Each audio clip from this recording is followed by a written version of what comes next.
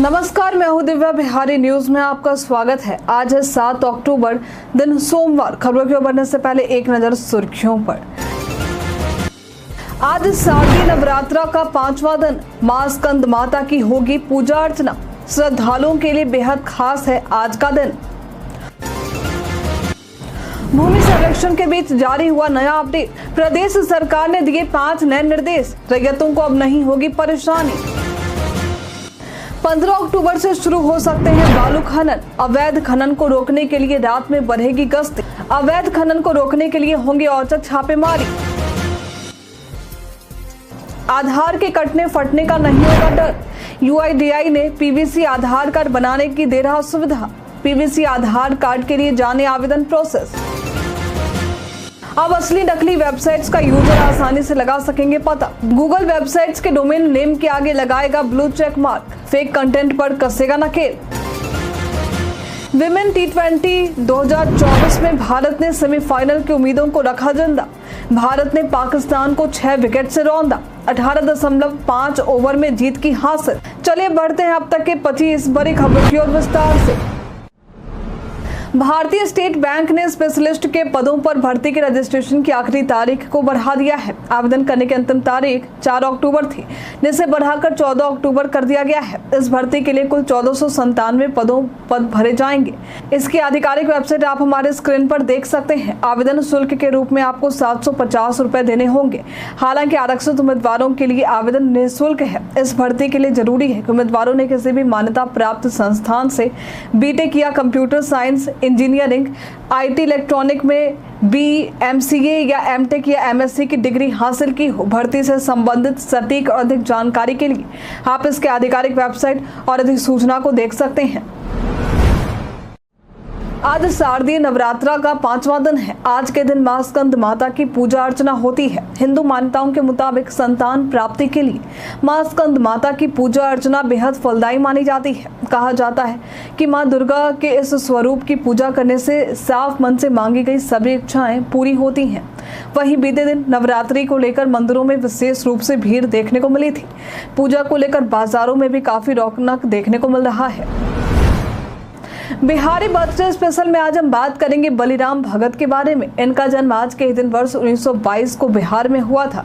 ये 1939 में भारतीय स्वतंत्रता आंदोलन के दौरान भारत छोड़ो आंदोलन में भाग लिए थे।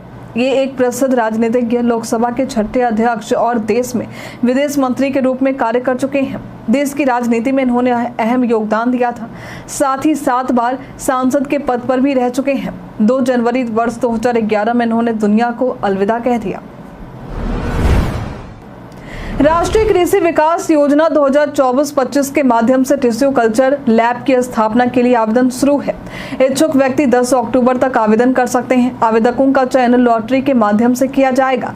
इसके आधिकारिक वेबसाइट horticulture.bihar.gov.in के जरिए आप अनुमोदित प्राक्कलन एवं मॉडल प्रोजेक्ट डाउनलोड कर सकते हैं। वहीं मॉडल प्रोजेक्ट चेकलिस्ट के अनुसार भरकर एवं स्व अभिप्रमाणित कर उद्यान निदेशालय कृषि भवन मीठापुर पटना में जमा कर सकते हैं। आपको बता दें कि भौतिक लक्ष्य संख्या में 2 इकाई लागत लाख में 485 और सहायता अनुदान 50% दिए जाएंगे। बिहार में चल रहे भूमि सर्वेक्षण के बीच सरकार लगातार सर्वे को लेकर नए अपडेट जारी कर रही है। रैयतों के मन में उठ रहे सवालों का जवाब देने और अन्य परेशानियों को हल करने के प्रयास भी किए जा रहे हैं। अब इसी बीच सर्वे को लेकर सीएम नीतीश का बड़ा आदेश सामने आया है। दरअसल ये रैयत की वंशावली को लेकर है। सरकार ने इस संबंध में 5 आदेश भी जारी किए हैं, जिसमें राजस्व एवं भूमि सुधार विभाग द्वारा अमीनों को ग्रामवार खतियानी वंशावली तैयार करने का आदेश दिया गया है। इसके अलावा जमीन मालिकों को शपथ पत्र बनवाने के लिए अनुमंडल कार्यालय जाने की जरूरत नहीं होगी। जमीन वंशावली के लिए प्रपत्र 3(1) को सादे कागज पर भी तैयार किया जा सकता है। नए आदेश के मुताबिक यदि जमाबंदी रैयत जिंदा है तो उन्हें वंशावली देने की जरूरत नहीं होगी। साथ ही वंशावली पर ग्राम पंचायत के प्रतिनिधि के हस्ताक्षर कराने की जरूरत नहीं है और न ही खतियान के मूल प्रति की जरूरत है। बिहार में कई जगहों से बेलगाम अधिकारियों को लेकर शिकायतें सामने आ रही हैं। अब सरकार इन पर लगाम लगाने की तैयारी में है। जिन भी सीओ के ऊपर गंभीर आरोप हैं उन्हें निलंबित कर उन पर विभागीय कार्रवाई चल रही है। जब तक विभागीय कार्रवाई पूरी नहीं होती ये सीओ नहीं बनाए जाएंगे। सरकार ने निलंबित किए गए 3 अंचल अधिकारियों को निलंबन से मुक्त कर दिया है। हालांकि अभी तक ये सीओ के पद पर वापसी नहीं कर पाए हैं। इसमें सिवान जिले के महाराजगंज अंचल के तत्कालीन प्रभारी अंचलाधिकारी रविंद्र राय, औरंगाबाद सड़क के तत्कालीन सीओ अंशु कुमार सिंह और भभुआ के तत्कालीन अंचलाधिकारी तारा प्रकाश का नाम शामिल है। 30 सितंबर को ही राजस्व एवं भूमि सुधार विभाग की तरफ से ये संकल्प जारी किया गया था। अधिकारियों की भर्ती प्रक्रिया में भारतीय रेलवे ने महत्वपूर्ण बदलाव किया है। अब संघ लोक सेवा आयोग द्वारा आयोजित सिविल सेवा परीक्षा के जरिए भारतीय रेलवे प्रबंधन सेवा के लिए अधिकारियों की भर्ती होगी। वर्ष 2023 में लिए गए इस निर्णय में भारतीय रेलवे प्रबंधन सेवा परीक्षा का आयोजन नहीं होगा। आपको बता दें कि भारत में सबसे प्रतिष्ठित परीक्षाओं में एक संघ लोक सेवा आयोग द्वारा आयोजित सिविल सेवा परीक्षा है। इसी परीक्षा के जरिए उच्च प्रशासनिक पदों के लिए उम्मीदवारों की नियुक्ति होती है। अब भारतीय रेलवे प्रबंधन सेवा के लिए भी रेलवे ने इस परीक्षा को मान्यता दी है। आपको अवगत करा दें कि रेलवे मंत्रालय द्वारा एक विशेष भारतीय रेलवे प्रबंधन सेवा परीक्षा आयोजित करने की योजना बनाई थी। इस परीक्षा में केवल इंजीनियरिंग या वाणिज्य पृष्ठभूमि के उम्मीदवार ही भाग ले सकते थे, लेकिन अब गैर इंजीनियरिंग पृष्ठभूमि के बच्चों को भी मौका मिलेगा और वे रेलवे प्रबंधन सेवाओं में शामिल हो पाएंगे। बिहार के विश्वविद्यालयों और संबद्ध महाविद्यालयों के शिक्षकों और शिक्षकेतर कर्मचारियों को अब पे रोल मैनेजमेंट पोर्टल से वेतन पर्ची के बिना भी जुलाई से सितंबर 2024 तक का वेतन मिलेगा। इस संबंध में शिक्षा विभाग द्वारा अहम फैसला लिया गया है। इस फैसले के तहत पोर्टल से प्राप्त स्लिप के आधार पर वेतन भुगतान की शर्त को अस्थायी रूप से निरस्त किया गया है। इस निरस्त से 13 पारंपरिक विश्वविद्यालयों के सैकड़ों शिक्षकों और कर्मचारी लाभान्वित होंगे, जैसे पटना विश्वविद्यालय, मगध विश्वविद्यालय और बीआरए बिहार विश्वविद्यालय आदि शामिल है। राज्य सरकार ने इस अवधि के वेतन के लिए आवश्यक धनराशि पहले ही जारी कर दी है। इससे शिक्षकों को समय पर वेतन मिल सकेगा और उन्हें पेरोल संबंधी समस्याओं का सामना नहीं करना पड़ेगा। खान एवं भूतत्व विभाग बिहार की नदियों में अवैध बालू खनन पर रोक लगाने के लिए एक बड़े अभियान की योजना बना रहा है। विभाग के मुताबिक अधिकांश अवैध खनन रात के समय होते हैं, जिसे रोकने के लिए जिला पुलिस और टास्क फोर्स की मदद से रात में गश्त बढ़ाई जाएगी। मीडिया में चल रही खबरों के मुताबिक सूत्रों से पता चला है कि 15 अक्टूबर से मानसून की समाप्ति के बाद नदियों से बालू खनन प्रक्रिया फिर से शुरू होगी। इस दौरान अवैध खनन की संभावनाओं को देखते हुए खनिज विकास पदाधिकारियों को निर्देश दिया गया है कि वे गश्त बढ़ाएं, खासकर रात के समय। टास्क फोर्स में एसडीएम रैंक के अधिकारी और खनन विभाग के कर्मचारी शामिल होंगे, जो अवैध गतिविधियों पर नकेल कसने के लिए औचक छापेमारी करेंगे। जिला टास्क फोर्स को 15 दिन पर कार्रवाई का ब्यौरा राज्य खनन मुख्यालय को भेजने के भी निर्देश दिए गए हैं। विमेंस टी20 वर्ल्ड कप 2024 के 7वें मैच में भारतीय महिला क्रिकेट टीम ने पाकिस्तान को 6 विकेट से हराकर सेमीफाइनल की उम्मीदें जिंदा रखी हैं। पहले मैच में भारतीय टीम को न्यूजीलैंड से हार का सामना करना पड़ा था। इस मुकाबले में पाकिस्तान की कप्तान फातिमा सना ने टॉस जीतकर पहले बल्लेबाजी करने का फैसला लिया था। पाकिस्तान ने 20 ओवर में 8 विकेट खोकर 105 रन बनाए, जिसमें नीदा डार ने सबसे ज्यादा 28 रन बनाए थे। भारत की तरफ से अरुंधति रेड्डी ने 3 विकेट लिए 106 रन के लक्ष्य का पीछा करते हुए भारतीय टीम ने 18.5 ओवर में जीत हासिल की। भारत की शुरुआत औसत रही, लेकिन शेफाली वर्मा ने जेमिमा रॉड्रिग्स के साथ मिलकर 43 रन की साझेदारी की। शेफाली ने 35 गेंदों पर 32 रन बनाए। आधार कार्ड अब पहचान का महत्वपूर्ण दस्तावेज बन चुका है, लेकिन कागजी आधार कार्ड जल्दी खराब हो जाते हैं। ऐसे में UIDAI ने PVC आधार कार्ड बनाने की सुविधा पेश की है, जो महज 50 रुपए में उपलब्ध है। ये कार्ड ना तो फटेगा और ना ही गलेगा और इसकी लाइफ भी लंबी होगी। PVC आधार कार्ड को ऑनलाइन ऑर्डर करने की प्रक्रिया बेहद सरल है। इसके लिए आपको UIDAI की वेबसाइट पर जाना होगा, अपना आधार नंबर डालना होगा और OTP वेरीफाई करने के बाद भुगतान करना होगा। भुगतान के बाद कार्ड आपके पते पर स्पीड पोस्ट के जरिए भेज दिए जाएंगे। ये कार्ड कई सुरक्षा फीचर्स जैसे होलोग्राम और QR कोड से लैस है, जिससे इसकी सुरक्षा बढ़ जाती है। कार्ड प्राप्त करने में 15 दिन का समय लग सकता है। अनुसूचित जाति एवं जनजाति वर्ग के छात्र छात्राओं के लिए बेहतर शिक्षा के लिए राज्य में 118 राजकीय अंबेडकर कल्याण छात्रावास संचालित किए जा रहे हैं। यदि आप भी इसमें नामांकन चाहते हैं तो जरूरी है कि आप बिहार के अस्थायी निवासी हों और अनुसूचित जाति व अनुसूचित जनजाति से अपना संबंध रखते हों। इसके अलावा राज्य के अंतर्गत विद्यालय, महाविद्यालय, विश्वविद्यालय या अन्य मान्यता प्राप्त शैक्षणिक संस्थान में पढ़ाई कर रहे हों। उम्मीदवारों का चयन गत परीक्षा में प्राप्त अंक के आधार पर मेधा सूची तैयार कर रिक्तियों के अनुरूप होगा।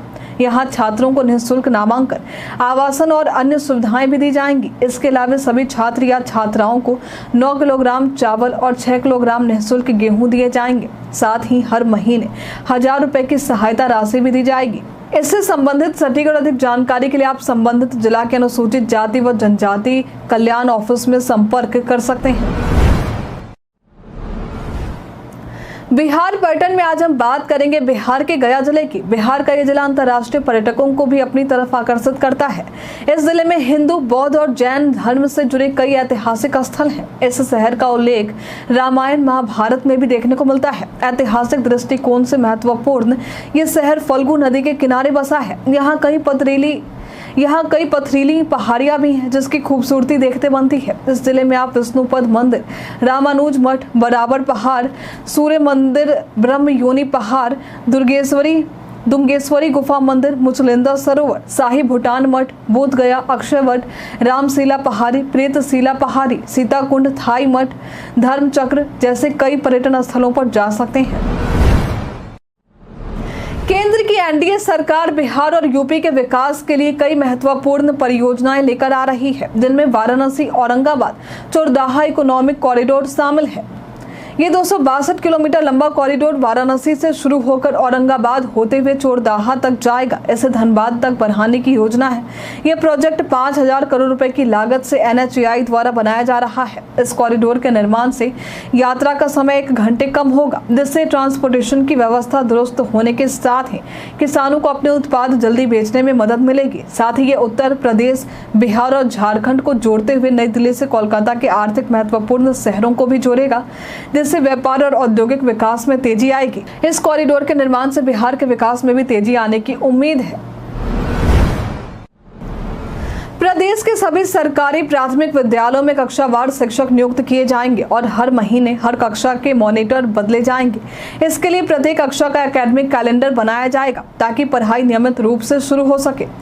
शिक्षा विभाग ने सभी जिला शिक्षा पदाधिकारियों को निर्देश दिए हैं कि वर्ग शिक्षक बच्चों के अधिगम स्तर का रिकॉर्ड रखें और अवकाश के दौरान पठन पाठन के लिए विकल्प की व्यवस्था प्रधानाध्यापक करें। प्राथमिक शिक्षा निदेशक पंकज कुमार ने यह भी कहा है कि शिक्षक पाठ्य पुस्तकों का उपयोग कर पढ़ाई करवाएंगे और कमजोर बच्चों के लिए उपचारात्मक शिक्षा दी जाएगी। प्रधानाध्यापक हर सप्ताह शिक्षकों के साथ बैठक करेंगे ताकि ये सुनिश्चित किया जा सके कि पढ़ाई एकेडमिक कैलेंडर के अनुसार हो रही है। इसके अलावा 4वीं से 8वीं कक्षा के बच्चों के लिए प्रोजेक्ट वर्क भी करवाया जाएगा। बिहार में शराब बंदी के बावजूद भी आए दिन शराब तस्करों के नए कारनामे के पोल खुल रहे हैं। अब एक ऐसा मामला सामने आया है जिसने सभी को चौंका कर रख दिया है। दरअसल बगहा पुलिस जिला के धनहा थाना की पुलिस ने गौतम सेतु पर एक सफेद बोलेरो को रोका। जब इस गाड़ी की तलाशी ली गई तो गाड़ी में शराब की पूरी फैक्ट्री का भंडाफोड़ हुआ। ये गाड़ी यूपी से आ रही थी। गाड़ी के सीट के नीचे और छत के अंदर तहखाने बने हुए थे। इसमें बड़ी मात्रा में अंग्रेजी शराब मिले। इस गाड़ी को इस तरह से मॉडिफाई किया गया था कि यदि तह तक गहराई से जांच नहीं होती तो शायद ही गाड़ी में बने इस शराब की फैक्ट्री का खुलासा हो पाता। इस मामले में पुलिस ने यूपी देवरिया के जगदीश गुप्ता को गिरफ्तार किया है। मामले को लेकर धनहा थाना प्रभारी ने कहा है कि बोलेरो से भारी मात्रा में शराब बरामद किया गया है। साथ ही एक तस्कर को भी गिरफ्तार किया गया है। गिरफ्तार तस्कर को जेल भेजा जा रहा है। बिहार के मुजफ्फरपुर जिले के औराई प्रखंड के मधुबन बेसी गांव में भारतीय वायुसेना का हेलीकॉप्टर बाढ़ के दौरान राहत सामग्री पहुंचाते समय दुर्घटनाग्रस्त होने की खबर चर्चा का विषय बन गया है। लोग बड़ी संख्या में हेलीकॉप्टर को देखने आ रहे हैं, जिसके कारण स्थिति बेकाबू हो रही है। सुरक्षा के लिए वायुसेना के 3 जवानों और 20 पुलिस कर्मियों को तैनात किया गया है। 2 अक्टूबर को हेलीकॉप्टर ने इमरजेंसी लैंडिंग की थी और स्थानीय लोगों की मदद से सभी जवानों को सुरक्षित निकाल लिया गया था। हालांकि हेलीकॉप्टर अभी भी पानी पानी में पड़ा हुआ है, जिसके आसपास जाना मना है, लेकिन स्थानीय लोग जोखिम उठाकर वहां तक पहुंच रहे हैं। कई लोग यहां वीडियो भी बना रहे हैं। रोजाना करीब 2000 लोग पुल पर आकर हेलीकॉप्टर देखने आते हैं, जबकि हेलीकॉप्टर के नजदीक किसी बाहरी को आने की इजाजत नहीं है। एयरफोर्स अधिकारी पानी घटने का इंतजार कर रहे हैं ताकि हेलीकॉप्टर को निकाला जा सके। गूगल एक नए फीचर पर काम कर रहा है, जिसके तहत वेबसाइट्स के डोमेन नाम के आगे ब्लू चेक मार्क दिखाया जाएगा। यह फीचर फिलहाल टेस्टिंग में है और इसका उद्देश्य असली और नकली वेबसाइट्स की पहचान का फर्क करना आसान बनाना है। जब यूजर्स कुछ सर्च करेंगे तो वे चेक मार्क के माध्यम से जान सकेंगे कि कौन सी वेबसाइट वेरीफाइड है। यह फीचर फेक कंटेंट पर नियंत्रण लगाने के लिए लाया जा रहा है, जिससे यूजर्स फर्जी वेबसाइट्स को आसानी से पहचान सकेंगे। हालांकि इसके बारे में ज्यादा जानकारी उपलब्ध नहीं है। ये इंस्टाग्राम या फेसबुक के ब्लू टिक से मिलता जुलता है। कंपनी पहले इसे बड़े बिजनेस के लिए पेश कर सकती है, इसके बाद आम यूजर्स के लिए इसे रोल आउट किया जाएगा। इससे धोखाधड़ी की घटनाएं भी कम हो सकती हैं। चल रहे शारदीय नवरात्रि के बीच बारिश की संभावना जताई जा रही है। आज भी प्रदेश में अधिकतम जगहों पर बारिश की संभावना है। हालांकि मौसम विभाग ने बारिश को लेकर आज किसी तरह की चेतावनी जारी नहीं की है। आज प्रदेश में अधिकतर जगहों पर अधिकतम तापमान 32 से 34 डिग्री और न्यूनतम तापमान 24 से 26 डिग्री और कुछ जगहों पर 28 से 30 डिग्री रहने की संभावना है।